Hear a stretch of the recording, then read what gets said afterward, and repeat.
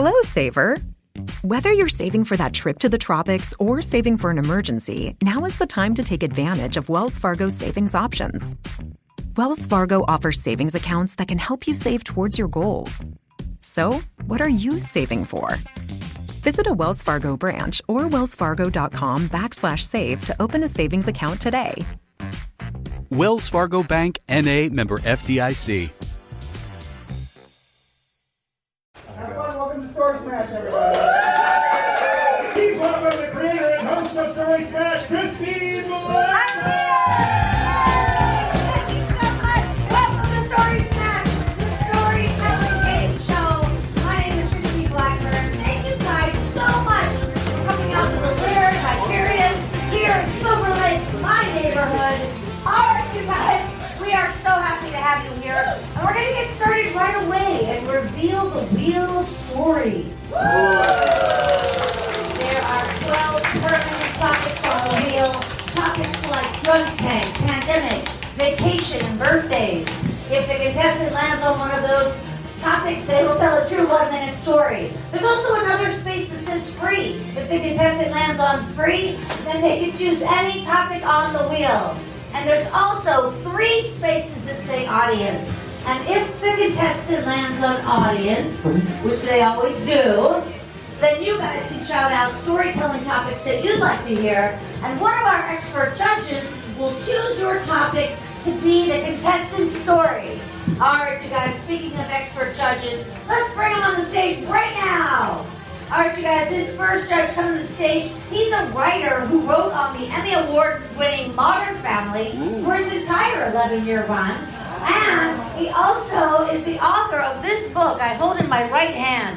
He started it, My Twitter War with Donald Trump. He's won 5 Emmy Awards and he'll never let us forget it. Please put your hands together for Emmy Simmons!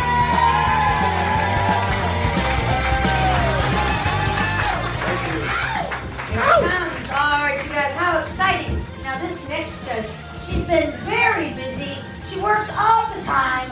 She's played Bonnie Wheeler on Baby Daddy and Barbara Jean on The Reba Show. And you can catch her right now on 25 words or less. She was voted People Magazine's sexiest subscriber over 50. Over 40. Please put your hands together for the very talented Melissa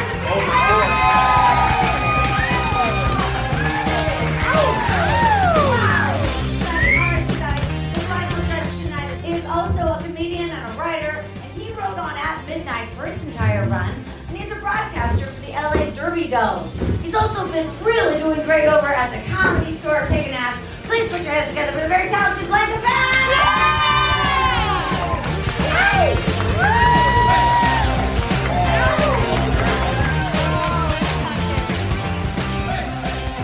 You guys, we are so happy to have these 3 judges with us tonight.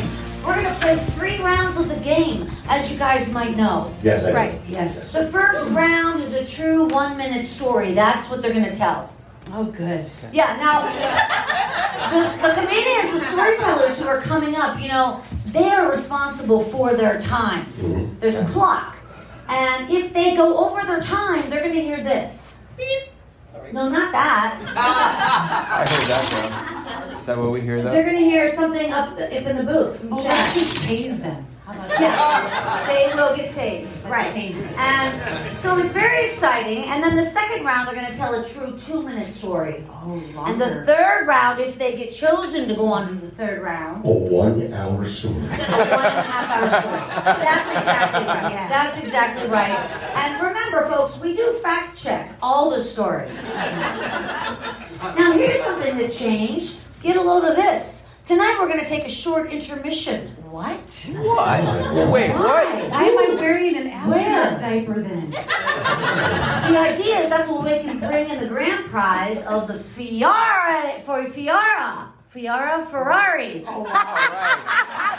And we're going to drive it in here and we'll be ready for the third round. I don't think you should drive the Fiora if you're catching that. Maybe Maybe you want to Uber. He's going home with Adam Who Ferrara. likes her edible? Here's the other thing. Well, as you know, there's free Bud Light in the green room, so get it! We're very excited that there's also an audience member playing. Do they know who they are yet? They don't know, and we don't know either. Yeah, we But don't know. their names are in the Story Smash Bucket of Truth over there, and somebody's going to be playing this game. So we look forward to that, because it's not easy. No, it's not. I can do it. Well, All right. Well, maybe you'll have a chance. one more minute, he'll mention his Emmys. Here we go. I don't want to talk about my Emmys at all, and if anybody brings up my Golden Globe, I'm going to leave. 'Cause I am done with that, and I don't want to hear about the Peabody either, because that's a nightmare between that and the Writers Guild. He wore a baby Bjorn today carrying the Peabody Award. That's what you wore coming in. It's my baby. It's a baby. It's your people. If you get an Oscar and a Razzie, then you'll have the Igor. You guys, this is going to be a fantastic game. We're going to get started right away and call up the first contestant for the first round, which is a 5 Emmys. true 1 minute story. True 1 minute story. All right, you guys, this is exciting. Right now, coming up to spin the wheel, and we can't wait. Look at that. All right, you guys. This contestant is a writer and a storyteller and a comedian. She's performed at storytelling events for The Moth, Lips Unsealed, and the Live Brisk Show. She was also a regular cast member on Monday Night Live LA. Interesting. And she starred in Denver's live drunk history comedy troupe. What? Please welcome the very talented Kona Moore! All right, you guys, let's tell Kona what to do. Spin that wheel. It's been brought to you by Rugs. Something to look forward to.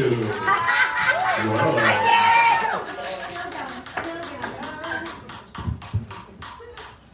Interesting. Ooh, vacation. She just missed audience. Just that close. All right, when does the clock start? Has it started? All right. Hi, everybody. Okay, so I took this epic summer-long trip through Europe. It was amazing, but I was not terribly responsible with my money. It was about 27.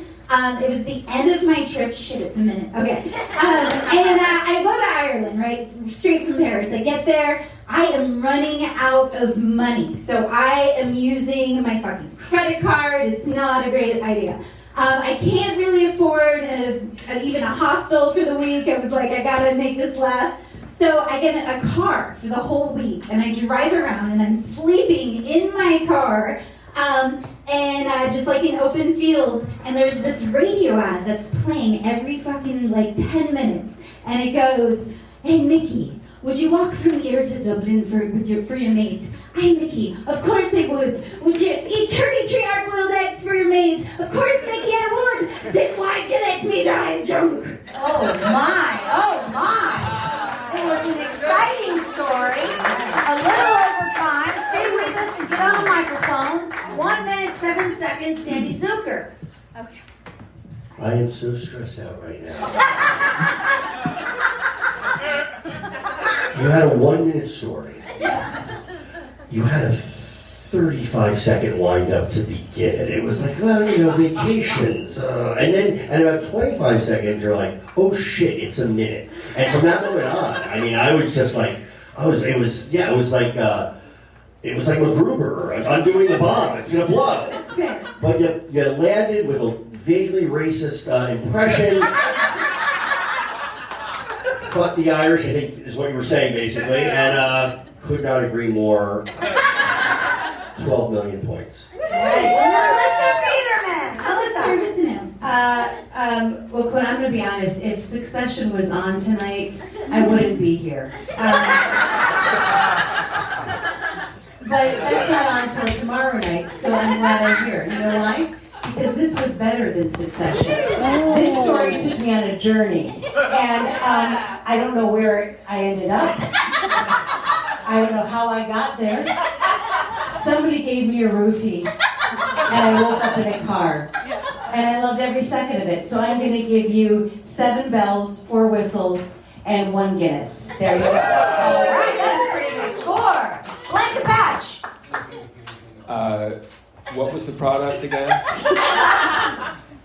The product? The ad. What was the ad Oh, for? it was a public service announcement. Oh, okay. Why'd you let me drive drunk? Were you drunk the entire time sleeping in the car?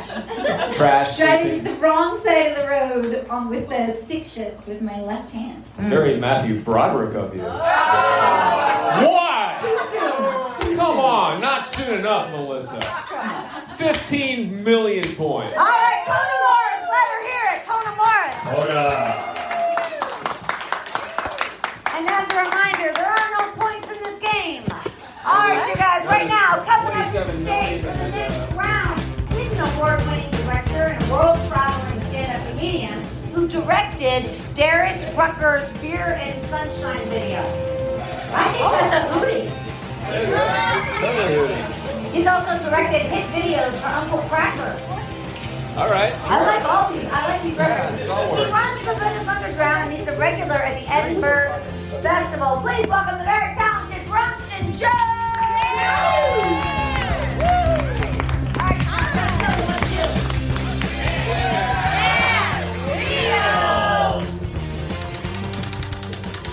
This has been brought to you by Monster Energy Cat Chow. Chow, chow, chow, you fucking pussy! Monster Energy Cat Chow. Hooking up, Bronson, whenever you're ready. Take your time. Oh my god. Don't tell a story that gets me canceled. I was with somebody for 14 and a half years, 2.5 months after our breakup. I was engaged for somebody for a year, and then I thought I'd never get laid again, but I lived in Venice, and I was 35 years old and directing, and it turns out you could get laid anywhere when you're 35 in Venice and homeless. So really, that's it. I was a man whore for a year and a half. That's the whole story. I feel like I was trying to fill my empty soul by putting my penis in empty holes. And my best hookup was with a trans woman who I was like, this is the greatest thing that's ever happened. That's why I drink Bud Light. There you go. All right. Now, boy, oh boy, you only went 43 seconds or 44 seconds. It was a short time. Well, that's how long I last. I'm not very good. Interesting. Okay, It was only 45 seconds. No, it's all right. It's all right. There's a clock there. You can take a look at it. Chad, can you see the clock? Can you see the clock, man? Yes, I can. All right. What do you think, Melissa Peterman? Well, Christine, I told myself I wasn't going to fall in love tonight. Let's get out of here. That's why I do stand up. And once again, I broke that rule. And I've been looking for a man that could only go 45 seconds because I want to watch Succession. So I'm going to give you 18 million points and my phone number. Wow.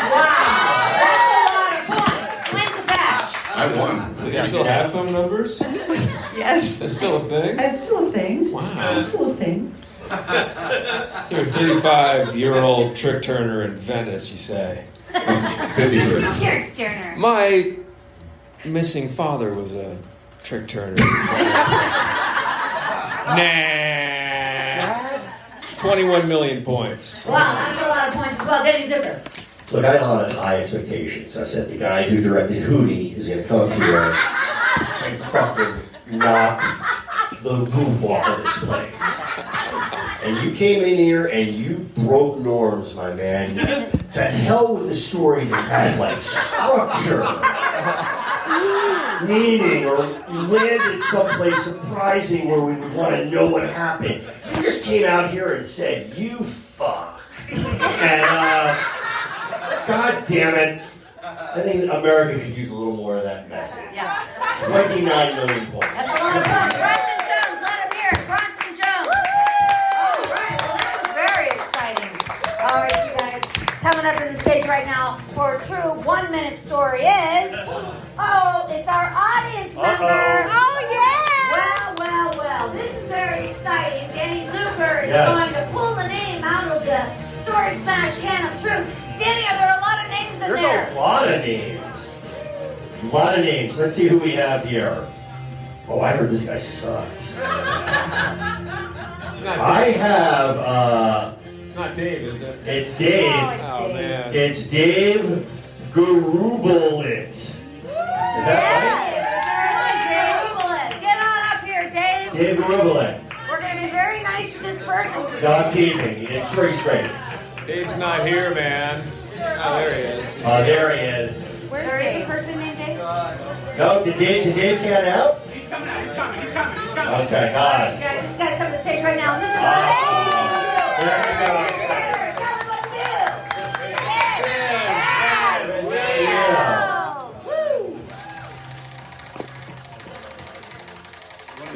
Brought to you by Del Rey's Manscaping. We're going to get in there. Have you ever been here before? Pets. Okay. All right, pets. 1 minute story on Take that. your 1 minute story on time. pets. Watch the clock. You don't have to start Okay. right away. Breathe. Yeah. Don't fuck this up. Yeah. So listen, I just moved here from upstate New York and last Thursday. And after living 25 years in New York City, my friend Gail's in the audience and helping her out with their Fringe Festival thing. So props to Gail over there. Hey, Gail. So listen, my pet story is I had a cat named Chicken. And she came with my apartment in Brooklyn. I moved into a place in Clinton Hill, and my downstairs neighbor said, "Hey, I'm moving out," because she was an art major at the Pratt Institute.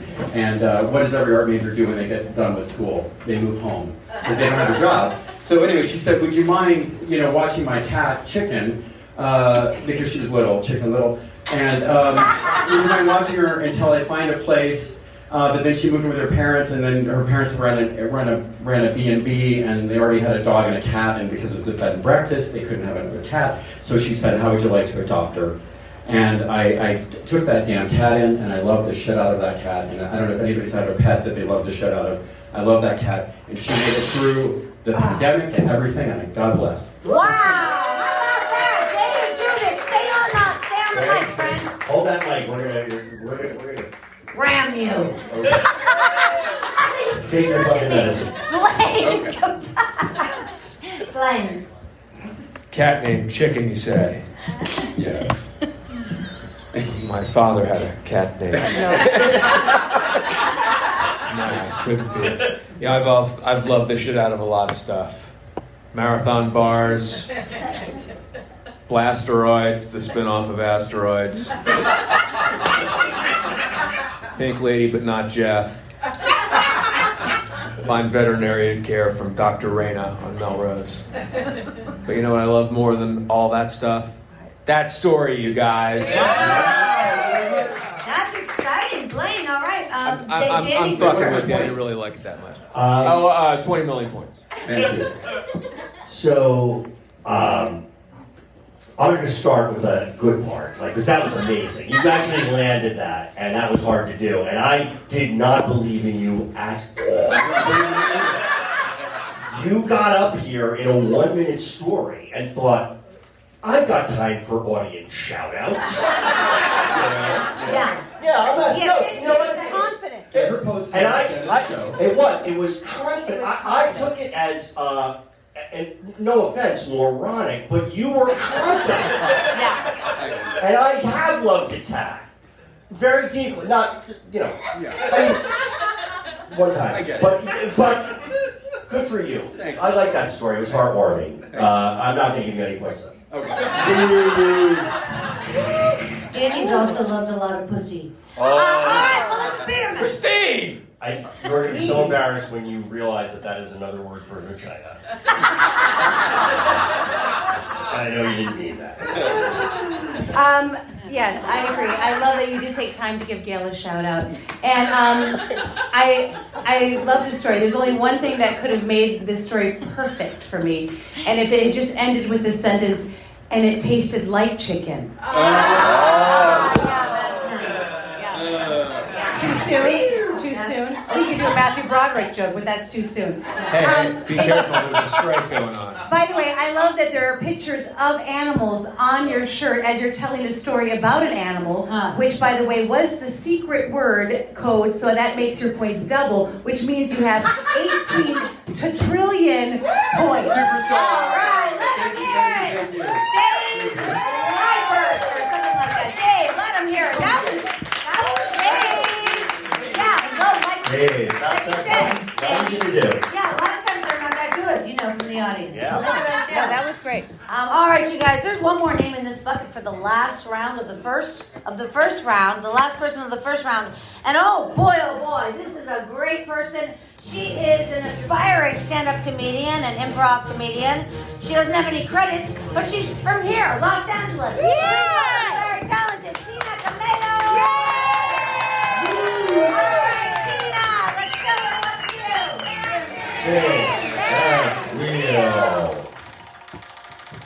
It's been brought to you by Japanese green tea. Still hot somehow. Japanese green tea. How is it still hot? Oh, Tina landed on audience. Oh, shit. So exciting. So let's get at least 5 suggestions from this part, this part, maybe this part. Silver Lake. Silver Lake. That's a good topic. What do you guys want to hear? Sure. What? Cringe. Cringe. Cringe. I like that. That's good. How about you guys? Poo bang. Do you know what that means? She said pooping? Pooping. She did say pooping. It's a function. All right, what do you guys want to hear over here? What? Crowds. The beach. The beach. Oh, that's interesting. The Metro. These are just directions. We got a lot. These are just directions. Is there one of those that like appeal to something? you? Cringe. That's what. Cringe? Sure. I like it. All right, big round of applause. This is not easy. This is a Tina Tomato. You got 1 minute. Here you go. Okay, so I met this random guy outside of a club in Hollywood, who doesn't, and so, meet him, and then one time I meet him again, and he was too tired, so he says, what about your friend? Which I already knew his friend, so I met with his friend, and then, that guy pisses me off, the original guy, so I ask, let me talk to your friend then. Let me text your friend. Give me your friend's number. So I text his friend, and I'm like to the friend, would you like to meet up again? Even though he had a limp dick. I don't know why I was asking that, but anyway. I asked his friend, you want to meet up again? And his friend's like, this is his response. This is how a man responds to a woman. I'm sorry. I'm really busy nowadays. With work.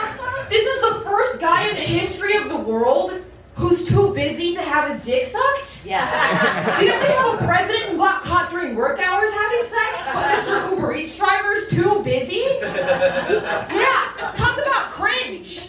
Yeah. My life. Wow. That was a great story. I heard the beginning, I heard the middle, I heard the end. Danny Zucker. I mean, how do you have no credits? With a story like that, occasionally, sometimes, a penis doesn't work, and I don't think I should be made to feel bad about that. I mean, I have friends who tell me, like, maybe you had too many of these. I'm just saying if something were to happen for me later tonight with somebody, and I just wanted to let that out there. Sometimes it happens to a lot of guys. Yeah. Sometimes it's happening right now. I actually like your whole vibe. I thought that was really good. You had a real strong point of view from beginning, middle, and end. Yeah. And I'm just going to leave a bunch of points out. Take one, leave one. It's curious. May I just say something real quickly? You probably don't remember me, but we actually had like a beginner's comedy class together a few years ago. I think you were like a PA on Modern Family at the time. You were always complaining about like the background actors or something. Yeah. Tired of getting food and Now I see why you have no credits. This is that guy who wouldn't accept the blowjob? This is the part where you're supposed to kiss my ass. You're fantastic. Go. Melissa Peterman, look at the score. What do you think? What score? Oh, exactly on a 1 minute. Well done, Tina. First of all, I think that I was very happy that you did that whole story without naming the guy you were talking about right there. So I think that was a wise thing not to name the guy. Very smart. How old are you? You're like young. You're a baby. I tell people I'm 19. Oh, me too. Does it work? Never. Well, you are. You're very young and you're very funny. So here's the deal. I cannot believe it. This is the thing. I don't believe that a guy would not call you back. There's like dozens, actually, but... Are you kidding me? Yeah. What is wrong with them? Me? Oh, I don't think what's wrong with you. Well, there's a lot, but... No, you're funny and adorable. And I'm telling you right now, I'm giving you all the points because you dared to take on the man right here. So I'm going to give you... That was bold. I'm going to give you a cajillion points and the dregs of my Chardonnay pint. That's not bad. That's not bad. I think of all the times that I was too busy to have my dick sucked. It sounds like a Harry Chapin song playing. It brought an atomic sadness to me. Thank you very much. I was trying to come up with a joke about pronouncing cringe like Swedish, like cringy. But then I gave up. 25 million points. All right, Tina Tomato, let her hear it, Tina. I have tennis balls older than her. Ladies and gentlemen, all 4 contestants' names are going back in the Story Smash Can of Truth. And we're going to play the second round. Guess what happens Dave, then? second. Guess what happens in the second round? Blaine. Tase him. Everybody gets in those, they have a tightrope battle with those big Q-tips like in American Gladiators. That's right. I'm not kidding, I was here for rehearsal. That's right. And you know what's entailed in the second round. Oh my God, 2 minutes. Yeah. 2-minute story. 2-minute story. Are you kidding me? It's double the fun. And then we're going to do the swimsuit. It's double the cringe. And Okay. if they go over time, we release the bees. That's right. Yes. Then we release these. All right, you guys, coming to the stage right now for a true 2-minute story is, oh my gosh, Bronston Jones. Yeah! Bronston Jones. There he is. Come on up, buddy. All right, guys, let's tell him what to do.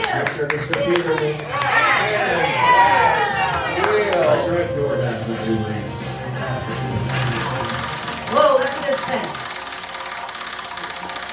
Been brought to you by Bathrobes. Keep your dick from touching the sink. With a bathrobe. Oh, he landed on audience. Well. This is very exciting. And with the consideration of the topics we've already heard, let's add to that. What else? College. Seniors. Fights. What? Music videos. Airwolf. Massage. Sports. Someone said music videos. Puberty. Yeah. Puberty. COVID. Hospitals. Any of those appeal to you, my friend? I'll do whatever you guys say. You guys are the judges. Yeah, what do you My new think? girlfriend, you pick it. I know. What do you think? We think I college. heard somebody say music videos, and I would like to hear some inside Hootie shit. Yeah. Let's do music videos. All right. Okay, music videos. You guys, this isn't Other easy. choice. True 2-minute story is going to be fact checked. Give him a big round of applause.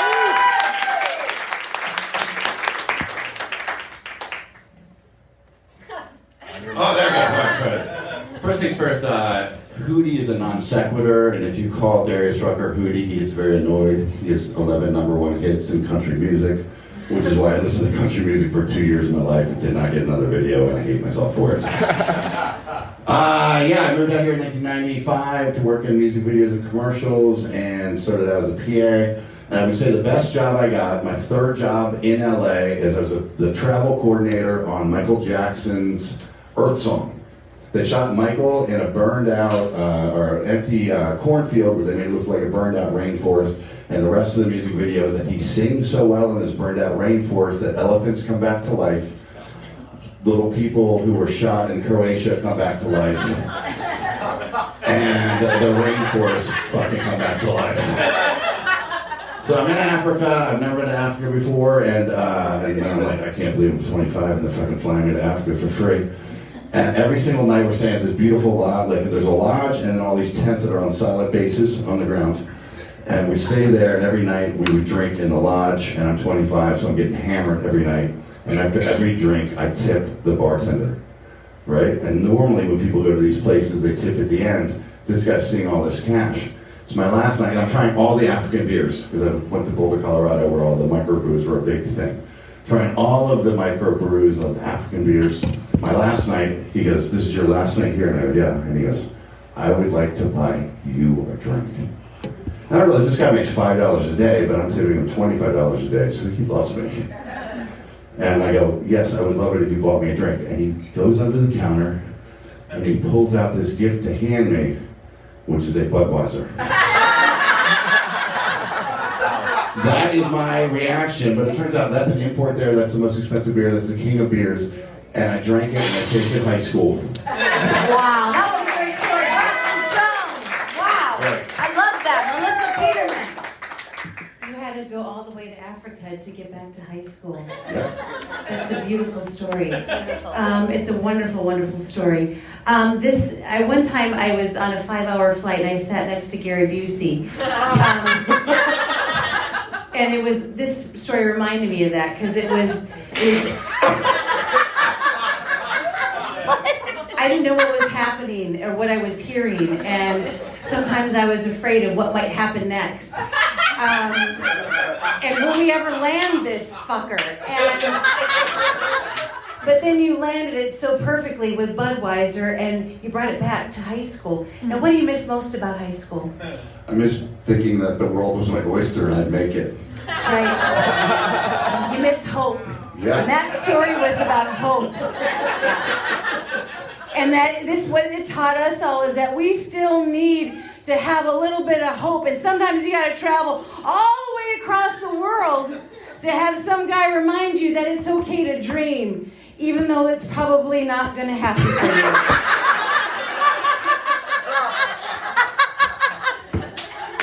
So I'm going to give you my heart, $4, and 18,000 points. All right. That's a lot of points. Blank batch. Did you get crazy, insane diarrhea in Africa? That's a Thailand story, but Africa, not because we were on Michael Jackson's money, so everything was fine. Oh, okay, so they had the special ice flown in. No, they make the ice out of distilled water over there. You can actually drink ice anywhere in the world as long as it's prepackaged ice. Okay, you didn't get it. Why am I fact checking you? Keep going. I'm just checking your bowel habits. It's noted. I'm 53. They're not good now. Okay, all right. Well, we're going to schedule you for a pre-op for a colonoscopy. I'm going to talk to Sarah on the way out. Do you work for Kaiser? Because that's what they keep emailing me about. No comment. 40,000 points. I mean, I want to apologize, first of all, for the Hootie thing. Because, I was just like, I'm good friends with Jethro Tull, and he told me. Jethro Tull. Great reference. Good reference. Thank you very much. Yeah. Look, I'm going to be honest with you. I fucking hated your first story. And I can say that to you now, and I wouldn't say this in your face because you could tear me apart. But, you seem violent. But boy, it was just, you came up here and you just made a shit. And I mean, I'm almost not even being figurative. I felt like I could smell it. But, boy, did you fucking redeem yourself with that second story. Yeah. You took that thing and you had a beginning, middle, end, and you landed it with like that great punchline with that was a fucking masterclass in storytelling. Good job. Great job. Braxton Jones, got to hear it. Way to go. That was exciting. Very exciting. Coming up right now for a true 2-minute story is, oh my gosh, it's the audience member. Dave! Dave's going to be telling a true 2-minute story. So as he makes his way up here, let him tell him what to do. Spin that wheel. Give it up for the Flamingo Kid.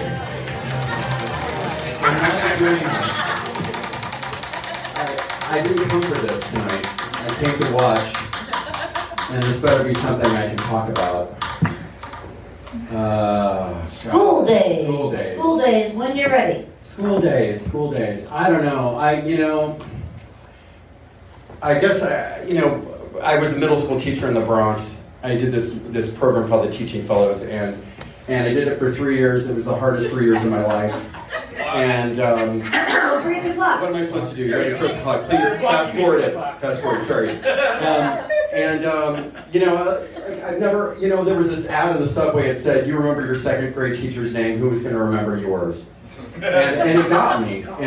And I was actually working in the World Trade Center on the 54th floor, and this is right before 9/11. And I read this ad, and I filled out the application, and I sent it in, and I got in. And there I was, the first full week of school in the Bronx, and 9/11 happened, and teachers ran in my classroom, and they said, I'm playing just at the World Trade Center. And I was like, what, number one or number two, North Tower, South Tower?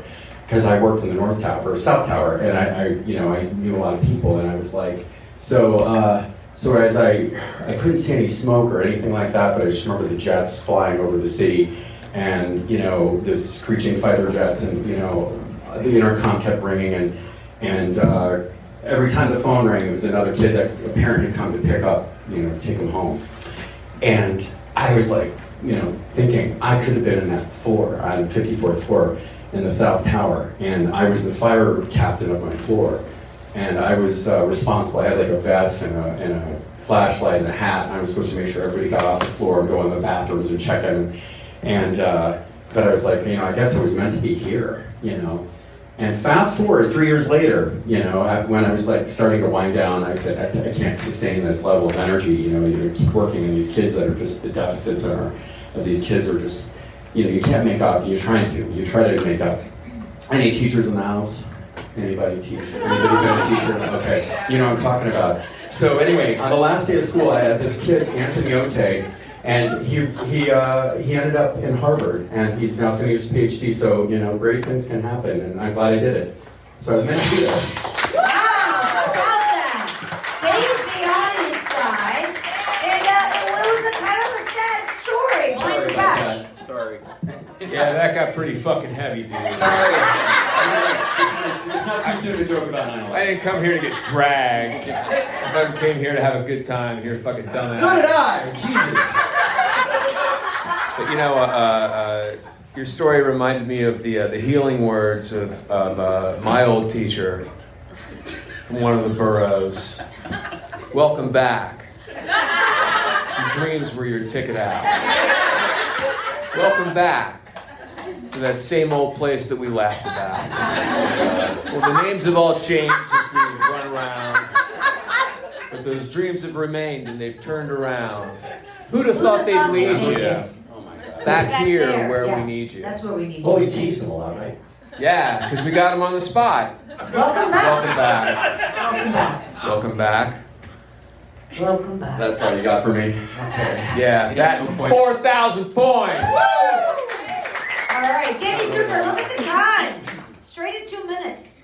Been spending most of life with extra square. I was thinking like you were kind of dangerous minding them up in the Bronx. Huh? Yeah. Look, obviously, this is what I love. Like, obviously 9/11 is super funny. And so you can lean into the smoke and the whole slapstick with the buildings coming down. And, 1 or 2. yeah, and so yeah, but you kind of found a way through it where you didn't lean into the silliness of it all, and you let some real emotion shine through. I was just telling this story to my friend. I was at a fundraiser, like it was probably on September 16th after this happened, in Hollywood, and Bob Saget was hosting, rest in peace, and he had this whole comedy thing prepared, and he got up and he said, "Look, I had a comedy thing prepared, and but I can't ignore what just happened, 9/11." And he said, and it was horrible. And some people are saying it was worse than Pearl Harbor, but not the movie. And the audience got really super quiet for a second and then exploded with laughter. So, anyway, I don't know why I'm telling that story because I just told this literally an hour ago. Great job. All right, Melissa Peterman. Not all heroes wear capes. Here for the teachers in the house. Some wear flamingo shirts. Dave, you are a hero. This story, again, you stopped time. I don't know if you know this, but the clock actually did not start because it was like, you know what?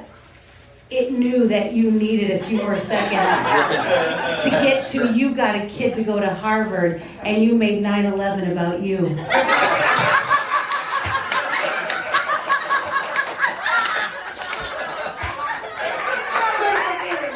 All the points I've got left. All right, let's hear it, Dave. Wow, that was so exciting. All right, here we go. Coming up right now for another true 2-minute story is Kona Morris. Kona Morris. And that wheel. What you do? Spin that wheel. It's been brought to you by Derringer Condoms for the smaller gentlemen. Derringer Condoms.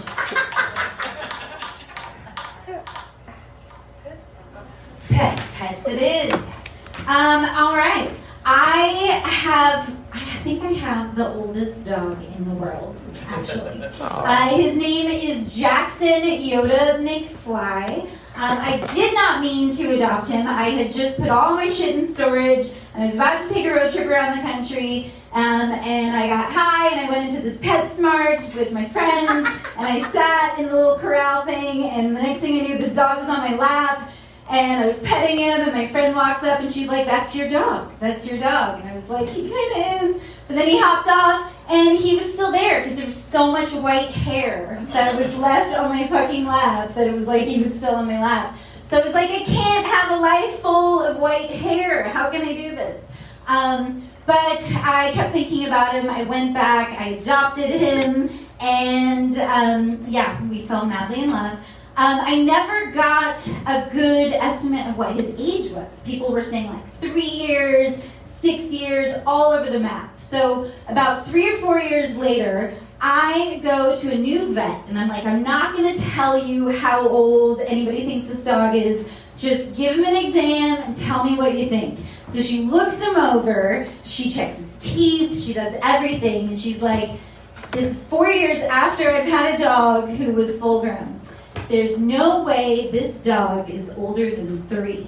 That's what she said. So I lost all faith in veterinary science at that moment. But then I went out to the office, and the lady was doing like scanning his chip, and she said, holy shit, he has a second chip floating around in his back fat.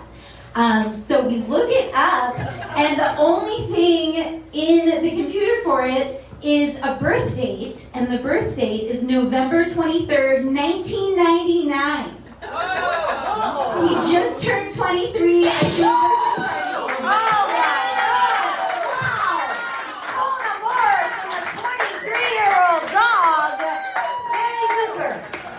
Wow, I mean, in a way, he rescued you. that's why I have the number 6. Yeah. No, I didn't know where you were going with that story. I'll be honest, I was like, she's going to vamp. This is not going to be good. Yeah. She seems like a nice person. How am I going to be like, no, it's great. But it really, no. It was great. You brought it around. You had that extra chip in the back fat. That happens. Yeah. Okay. How's that girl you're with? She had an extra chip in the back fat, if you know what I'm saying. Mine was a Dorito, wasn't a chip. It was just stuck in the fold. No, that was a good story. You did good. You landed that point. However many points you want. Melissa Peterman. Well, first of all, I love dogs. I love them, and dogs are perfect. I think your dog is magical. So I don't know if I was, I don't know again if it was a pint-sized Chardonnay or I was just enthralled, but is the dog either an infant or 1,000 years old? I'm not sure. 161. 161. I think I felt very connected to your dog because I too like to go to the doctor and go, I'm not going to tell you how old I am. I want you to do a pap smear and you tell me.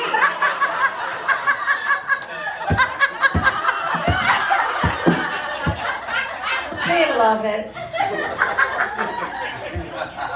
I enjoyed everything. Wait, is your dog still here? He is still here. Yeah, he's a little sick, but he's doing well. Because he's 100. Anyway, I love this story. I love you. I'm going to give you 40,000 points. That's a lot of points. Blanket patch. I did the math while you were talking, and it is 161. Dog is 161 years old, Yeah. Math. I was surprised. I was afraid it wasn't going to check out and I would look stupid. But then you said it, and I was like, oh, good. All the talk about chips floating around in my back are making me hungry, you guys. I have a snake. I bought a snake, a Mexican milk snake. I bought him between season 2 and 3 of Mind of Mencia. And he was under a year old. I figured his lifespan was 15 years tops, 15, maybe 17. And he's still going. Oh my God. Still going strong. I'm waiting to find him dead, all knotted up in his cage. But he's still alive, he's still very healthy. And I looked it up, and they, since I got my snake, they said, oh, we were wrong about the lifespan. They can be up to like 35, 37 years old. So now I have this fucking snake that's going to outlive me, like a parrot. And then when I die, it's going to tell everybody what I said. Anyway, 500 million points. A lot of points. Kona Morris, let her hear it. Wow, a terrific story. Thanks, Kona. Guess what? There's one more name here in the story Smash Kind of Truth, and we know who it is. Let's all say it together. Tina Carvalho! All right, you guys, let's tell them what to do. Spin that wheel! We're brought to you by Diet Charmin. Wipe the pounds away. Diet Charmin. Vacation! Okay. The first time I went to Amsterdam, you know, I didn't go there for drugs. Sorry, Christine. I was there to. I didn't say anything. You know, they smoke there a lot. You know, the Dutch. They're very tall. They love riding bikes. That's their whole thing. They're on their bikes all the time. They love bikes. So my cousin lived there. So he lived next to this Olympic stadium. I guess when the Olympics were held or something. And there's also this really big forest called Amsterdam's Bos. And I said, give me your bike. I didn't have a smartphone at the time because nobody called me then, nobody calls me now. So he gave me his phone. And I was on my bike, I went into the forest. It's like it's 3 times bigger than Central Park. I'm on the bike taking look at the pond, look at the lake. Oops, no more battery. I'm stuck inside. I'm like, uh-oh, what do I do? Just keep biking. And then further into the forest, it's like trail ponds, cafes, many trails. I'm lost. And I want my mommy. But I just keep biking. So I think, let me get out of the forest. And my cousin lived near like this big high-rise towers. I thought, let me get out of the forest. And I'll look up and I'll see the tower and I'll navigate towards it. I'll just bike towards it. So I've been on the bike for like 3 hours. It's like 10 o'clock. It's dark. I am just biking. Anyway, I get out of the forest. I look up. For some reason, the trees are still blocking my view, so it didn't work. I just keep biking. I'm biking. And then I end up in the back of the airport, you know, the airport of Amsterdam. I'm like, see some guy. I'm like, oh, mister, can you help me? How do I get home? He was on his bike, too, because everyone's on their bikes. They're, like, born on their bikes. And so I'm biking, and then he's like, yes, the Dutch speak English, like, perfect. So it's like, yes, young lady, bike with me. I'll take you home. So I'm following this guy on his bike, and then I'm like, oh yeah, we'll keep biking. And then I see these river boats, and I'm like, oh, I remember where I am. And then after 12 a.m., I finally get home, and my cousin was like white and was about to die. He's like, oh my god. Wow. That was so exciting. What an adventure. Like a batch. That was very harrowing. Yes. I was wondering if you were going to be able to get back in time for the show. That was amazing. You know, Amsterdam has the cleanest tap water in the world. Is that right? Yeah, it was fucking crazy. I went to a restaurant and I ordered bottled water, and he said, what are you afraid of? Amsterdam has the cleanest tap water in the world. And he gave me a pint glass of it, and it was the best fucking glass of water I've ever had in my life. Anyway, thanks for taking me back there. 100 million points. All right. Danny Zucker. Yeah, it was very like Hans Christian Andersen. I mean, you're like lost in the forest and you can't get out, and yeah, I mean, wow. I don't have much to add to that story. I was just along for the ride, and your take on that whole thing and on the Dutch. And I want to go there because I hear like you can get weed there. Yeah, it's like Van Nuys. Or outside. Yeah, no, I like you're for someone so young. You seem like you have the aggravation of someone in their 60s. You're already fed up with the world in a way that, like, people talk about like an old soul, but you're like you're a fucking. It's like, yeah. I want you to like complain about your back on the way out of here. Anyway, 9 million points. You're funny. Very funny. She's like a Larry David, really. Yes. Melissa. I agree. You're already exhausted by life. And I want to hang out with you. And the story you told, like, I've only done mushrooms one time. And you brought me right back there. That story was all over the place. I was scared and I loved every second of it. I feel like I want to talk about bunions and how much you hate traffic. I just think you're hilarious. I enjoy you. Again, I'm going to ask you again. How old are you? What? I just... I've never had a pap smear, so probably 0. Like 0. 6 years old. You're like 16, aren't you? Your dad drove you here tonight. I agree. I just enjoy you. I'm giving you 14 million points. Wow! A lot of points. All right, guys, let her give it her big hand. Give it wow! Listen, just between me and you three. Yeah. I understand that might not even be her last name. Why? I don't know. I asked her what her last name is, and she said Comedo, but I think she just dropped the Y on comedy. But by the way, I love it because here's the thing. I want a friend who won't tell me anything, but also enjoys complaining with me. Perfect. She's perfect for me, Tina. I'm your new mentor.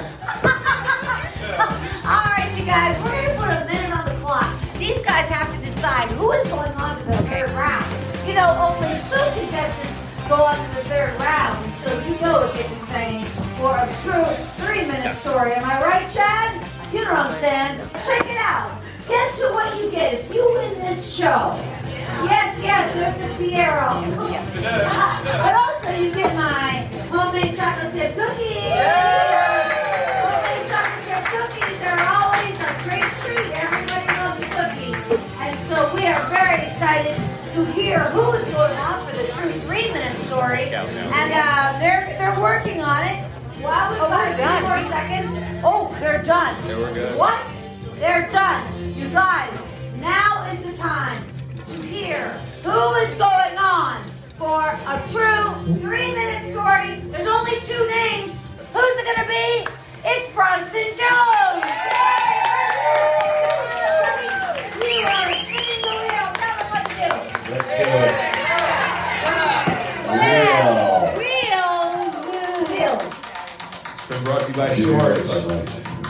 Who has time for pants? Shorts. Break up.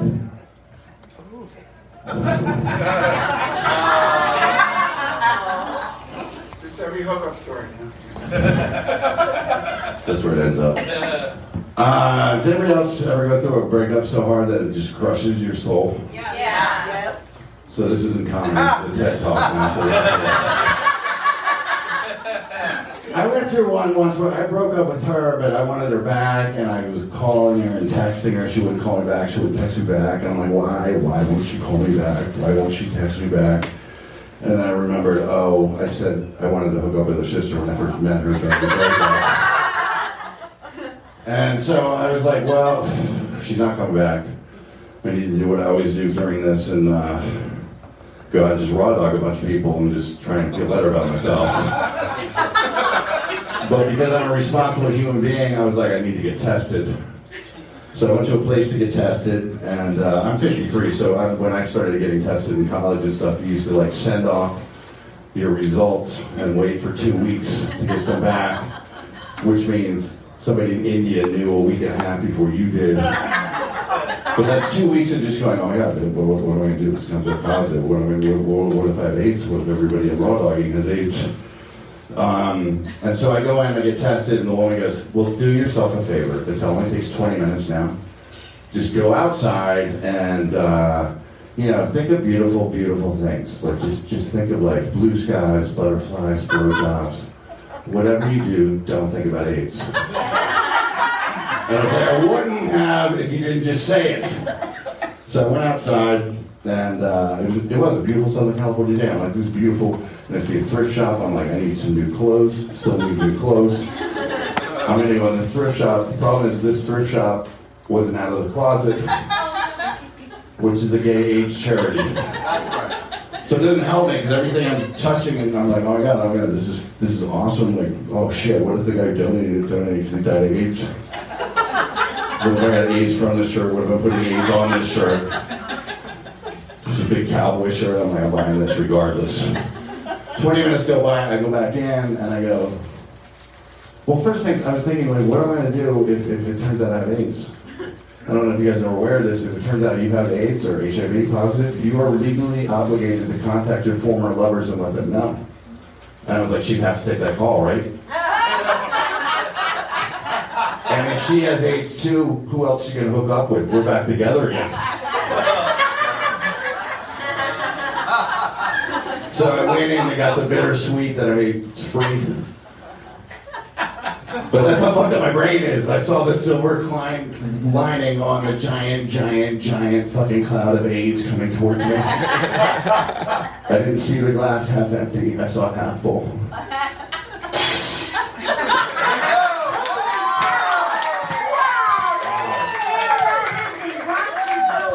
Holy cow, that was amazing, Melissa Peterman.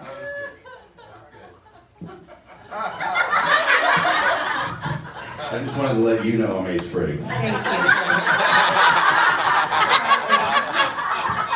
Letting me know 20 years later. Not since the way we were. Or the English patient have we heard such a love story like this. That you cherished a possible diagnosis just to be with the woman you loved. Once again, hope. We're back to hope. I can already see the Lifetime movie that this will be, and it just is, and again, phrases like a cloud of AIDS coming towards me. You're a writer, Danny. You got Emmys, like that kind of turn of phrase. Just oh my God! Really, I felt like I got full-blown seizures. Yes, but a love story for the ages, and I don't know if it's the second Chardonnay I ordered or the Canadian tuxedo, but.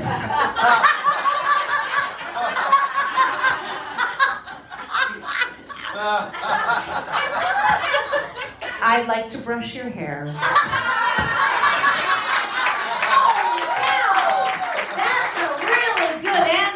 Danny Zucker. I mean, the greatness of that story is directly proportional to the awfulness of you as a human. And I think that's high praise for the story, I think, in a lot of ways. And I think this was instructive for a lot of aspiring comedy people here, but you're looking for comedy and you want to go to AIDS and 9/11. These are the areas, and if I have one disappointment, and maybe the next contestant will do it, I would just mix in a little Holocaust. Because that's the rule of three in comedy. Yeah, funny is funny. I deeply relate to the misery, looking for the positive side in that, although I wouldn't go as dark as the AIDS thing, but I'm not as dark as you, and for that I'm grateful to know you. Great job. Blaine is back! Let him hear it. All right, Blaine. I remember being told, don't think about AIDS. And I couldn't stop coming. What? To be honest here, I thought the show was about being honest. You're all thinking it. I wanted to do a joke about how you went out, you go out and do some raw dogging, and how I was more of a raw catting person. I thought that would be a funny joke. But then I thought maybe I shouldn't. I won't do that joke. It's a pussy joke. A foolproof plan of you both having AIDS to get back together with your ex. Classic fucking move. Here's my question: did you hook up with her sister? No. Interesting. Loser. She actually has AIDS. Yeah, I was about to say. Hey, you fucking dodged a bullet there. Anyway, I'm going to say 150 million AIDS points. Seems like a lot of points, yeah. Let him hear it. Prostitute joke. That story was LOL positive. Yeah. Oh, hey! Before you pick this name out, can I just say everybody that played tonight was a blast, Yes. really fun. Yes. It's a great show. Thank you for being here. All right. No, we really, like we're talking, we really adored 3 of the 4 of you, and really, it was amazing. You guys hang out after the show because there's beverages, as you know, and we have a fine deck, and we live in a fine city. Also, your cars are gone. All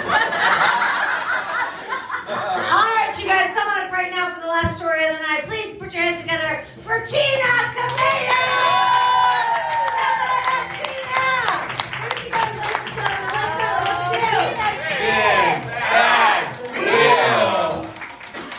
Been brought to you by Chewy Cheetos. Chew the cheese and flame with hot Chewy Cheetos. Chew the heat. Ooh, Holly Weird. Take your time, Tina, when you're ready. 3 minutes. Take your time. Holly Weird. Take your time. Okay, ready. Okay, so I was a bit of a hermit, and in order to be funny, right, you gotta go out and do things. And by doing things, I mean really reckless, careless, irresponsible activities, like meeting up with people you met the next day, that you met the night before. So there was this other foreign guy that I met. You know, I thought this would make for a good story. You know, what's the worst that can happen? You know, you go to a random guy's house. What's the worst? I don't know. Murder. This guy wasn't that much bigger than me, you know, height-wise, so no big deal. So I meet with him, and I'm like, whatever, it went fine. Okay, but then one time this guy calls. He likes FaceTiming, right? And I don't like doing that because you don't need to see my face. I don't even want to talk to you really. You just text and let me know. So I'm showing him my dog. I met this guy on the streets of Hollywood, so this counts. And I'm showing my dog, and my dog, he's like, "Why are your dog's eyes red?" And I said, "Well, because I just got done sleeping with him," as a joke. As a joke. But this sicko took it literally. So every time he called, he said, "Oh, so you just got done sleeping with your dog?" And I was like, "No, I don't do that." So one time he calls again, and I said, "Are we going to meet the next day?" But once you interact with a person a few times, you get a good grasp of their character. I realized early on that this guy was like a creep and a sleazeball, just my type. So I said, "Fine, let's meet up on Thursday at 8 o'clock. We're talking on Wednesday," but I know he already had happy time on Wednesday thinking about the dog. But I get ready on Thursday. We agreed to meet Thursday at 8 o'clock. 5 times verbal confirmation. So Thursday, I'm getting ready. I'm dressed like a whore. But I'm wearing a puffer jacket, so I look normal. Okay? I drive to this guy's house. I'm driving to a favela, by the way. It's very dangerous. Because, excitement, good story, right? If I didn't do that, I wouldn't have the story. So I drive to this guy's house. He's like, "Oh, don't come. I'm not home." "Really? I'm on my way." So I'm driving, and I knock on his apartment. "Why is your car in the carport?" I get into the house. He lets me in. He's like, "Oh, that's you?" I'm like, "Yeah, open the door. I'm right here." He's not a big guy. Don't worry. It's not scary. And he doesn't know what I'm dressed like. So I said, "Let me in. Why did you lie to me, huh? I got ready to meet you. We talked about it the night before. And, I came here to meet with you." And I'm like, "Well, I was busy. I'm a busy man." I'm like, "Oh, really?" And he said, "Keep your voice down, or I'll call the police." No, because the neighbors are hearing. I said, "Call the police. I'll tell them that I'm a prostitute and you hired me." And he got scared because he's a little boy and kicked me out of his house. But I still talk to him, so it's not a bad story. What? Wow! That was a great story. Let her hear it. Tina Tomato. Blink a patch. You're talking about sleeping with your dog. I'm really more of a sleeping with my cat. That was great. You had me when you said foreign guy. A lot of people would flag that as problematic here in 2023. I just thought it was intriguing. It's not racist if you sleep with them. That's right. Sure. Yeah. That's how it works, right? That's right. That's what God tells me in the dreams. Happy time. More intriguing stuff.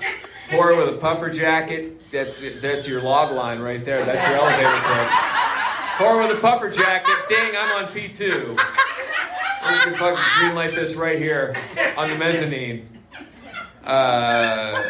It's really all I wrote down. But like I said, very intriguing. I was very, very happy to be able to circle back and recycle the raw dog joke. Danny Zucker. Danny. So many questions. Primarily, what does a gentleman have to do to fuck things up with you? Like, so that there's not a Thursday. Like, at what point it's like, yeah, he thinks I'm fucking my dog. Also, I love the romantic characterization of, we're gonna meet. Like, every time it's sex, we're gonna meet and it went fine. That's my nightmare of how I would be described in bed. Yeah, we met and it was fine. Side note, I think that there are Hasidic Jews in the Diamond District who would tell you to not use your hands so much when you talk. It is absolutely crazy. I love it. I don't want you to change a goddamn thing about yourself. Love the fucking story. You're way funnier than when I met you in that class. Gotta be honest, she was kind of a drip. 9 million points. Wow. All right, that's a good score. And finally, Melissa Peterman. Tina, is there a family member I can call? Just someone to check in. See how you're doing. Because I adore you, and I think you're adorable. Also, circling back to what Danny had said, that you said that you're a pretty good judge of character. Like early on, like I can tell pretty early on what this person's like, but you give them so many chances. On one hand, that's a really wonderful quality in a human being. On the other hand, it's so stupid. And, but I like that about you. Also, I love that you can talk about, I love the idea, I'm from Minnesota, and I love the idea of like, when you're going to dress up like a whore, you put on a puffer jacket. I think that's great. For me, it's like, I'm ready to like get it on when I put on some moon boots. Anyway, I'm going to say this to you. You're a goddamn catch. You know that? You're a catch. You don't need to go put up with any of these guys and whatever. You're a goddamn catch. You're very funny. I think you're adorable. I would like to call a family member just to be safe. And if not, I'm going to give you my phone number. Also, right now, blink at me twice if everything's okay. Perfect. I give her 10,000 points.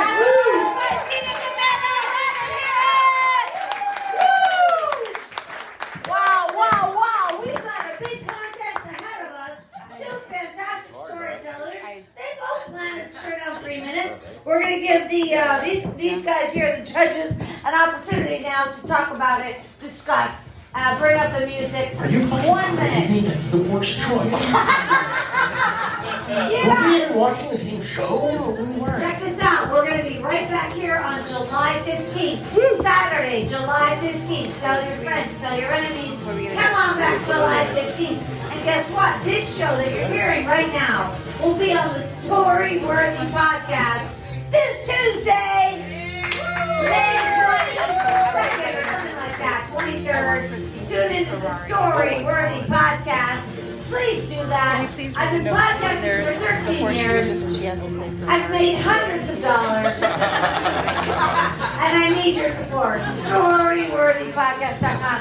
Holy cow, what do we have? What do we have, Melissa? We have a winner right here, Christine. But before we let you pull it out, I think me and the entire audience would like to hear you say Ferrari again, just to see. Thank you very much. Hey, by the way, let's get it up for Danny Zucker. Hey,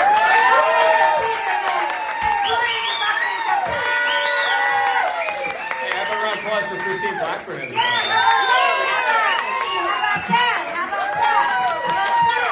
And for the orchestra.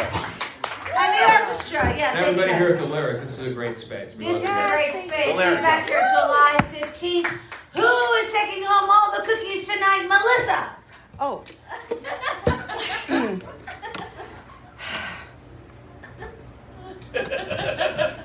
Our winner tonight, and my new adopted daughter, Christina.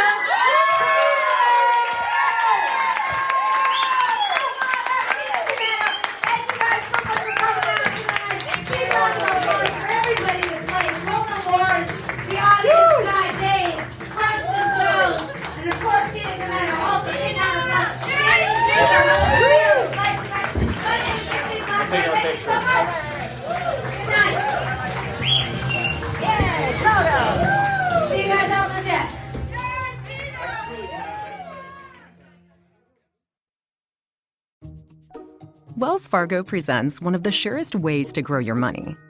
A Wells Fargo CD account, where you can earn a 5.00% annual percentage yield on an 11-month term with a minimum opening deposit of $5,000. Visit a Wells Fargo branch or wellsfargo.com/CD rates to open a CD account and start growing your savings with us. Wells Fargo Bank, N.A., member FDIC.